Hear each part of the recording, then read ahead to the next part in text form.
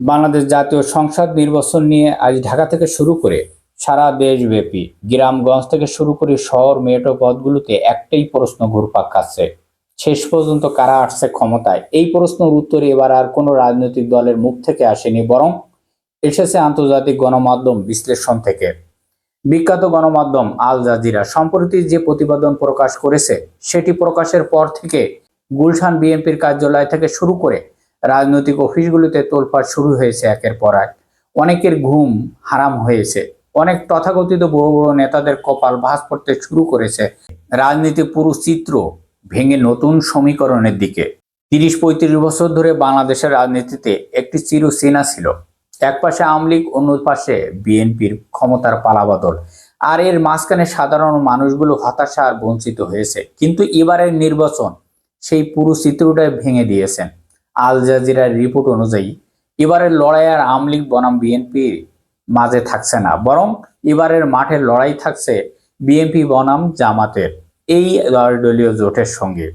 এই বিশ্লেষণ শুনে অনেকেই চমকে উঠেছেন, কারণ যে জামাত ইসলামকে গত ১৬ বছর ধরে রাজনৈতিকভাবে নিশ্চিহ্ন করা হয়েছিল, নেতাদের ফাঁসি থেকে শুরু করে জামাতের নিবন্ধন পর্যন্ত বাতিল করা হয়েছিল, অফিস ভাঙচুর, সব কিছুর পরেও সেই জামাত ইসলাম আজ আন্তর্জাতিক গণমাধ্যমে বাংলাদেশের রাজনীতিতে সবচেয়ে সংগঠিত এবং শক্তিশালী প্রতিদ্বন্দ্বী হিসেবে উঠে আসছে।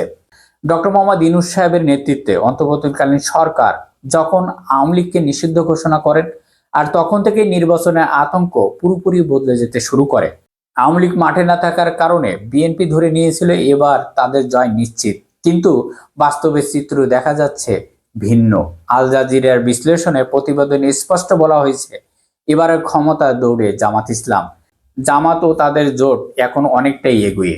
নির্বাচন তফসিল ঘোষণার পরপরই রাজনৈতিক দল সারা দেশব্যাপী প্রচারে নেমেছে। জনসভা, সমাবেশ আর শোডাউন সব মিলিয়ে রাজনীতিবিদ দল এখন পুরো রাস্তায় নেমে আছে। এই ধারাবাহিকতা ঢাকায় গুরুত্বপূর্ণ আসনগুলোতে জামাতের আমির ডক্টর শফিকুর রহমান সাহেব একটি বিশাল জনসমাবেশ করেন। অন্যদিকে এর বিপরীতে বিএনপির পক্ষ থেকে তারেক রহমানও একটি জনসমাবেশ করেন। কিন্তু শুরু হয় বিতর্ক আর হতাশা।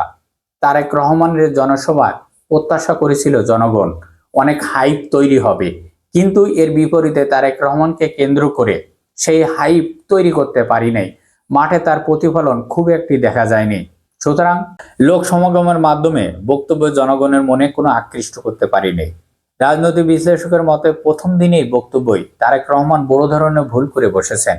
তিনি নতুন কোনো রাজনৈতিক রোডম্যাপ না দিয়ে পুরো বক্তব্য জুড়ে ধর্মীয় বিষয় বয়ান তুলে জামাত ইসলামকে আক্রমণ করেছে। আর এর যে দূরে সামাজিক যোগাযোগ মাধ্যমে আলেম সমাজের একটি অংশ ব্যঙ্গ করে তাকে নতুন উপাধি দিয়েছেন মুফতি তারেক রহমান। তিনি জামাতের বিরুদ্ধে শিরক এবং কুফরি, জান্নাতের টিকিট বিক্রয়ের মতন গুরুতর অভিযোগ তুলেছেন। প্রশ্ন হচ্ছে, এর কোনো বাস্তব প্রমাণ কি আজ পর্যন্ত কেউ দেখতে পেরেছে? না। রাজনীতিতে সস্তা ধর্মকাট খেলতে গিয়ে তারেক রহমান নিজেই বিতর্কে পড়েছেন।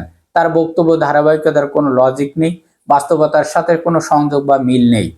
সুতরাং মাহমুদুর রহমানের বক্তব্যই তিনি বলেছেন, তিনি এখনো বাংলাদেশের বর্তমান রাজনৈতিক বাস্তবতা, আইন কানুন সম্পর্কে ঠিকভাবে বুঝতে পারছেন না। একজন জাতীয় নেতার জন্য এটি অত্যন্ত দুঃখজনক। খালেদা জিয়ার রাজনীতির বড় শক্তি ছিল তার শব্দচয়ন, ঠান্ডা মাথার সিদ্ধান্ত, সেই গুণের ছাপ। অন্যদিকে তারেক রহমানের বক্তব্যে রয়েছে আবেগ নির্ভর আক্রমণ। তার একটি কথা কম্পন সৃষ্টি হতো। তারেক রহমানের ক্ষেত্রে সেই ঘাটতিটি বারবার চোখে পড়ছে। এই নির্বাচন শুধু ক্ষমতার পালাবদল নয়, এবারে গণতন্ত্রের শক্তি হিসেবে জামাত ইসলাম সরগরম মাঠ পর্যায়ে। শেষ পর্যন্ত জনগণ কাকে বিশ্বাস করবে, কাকে প্রত্যাখ্যান করবে, আর তার চূড়ান্ত রায় দেবে ব্যালট বাক্স। সবাই ভালো থাকবেন। আল্লাহ হাফেজ।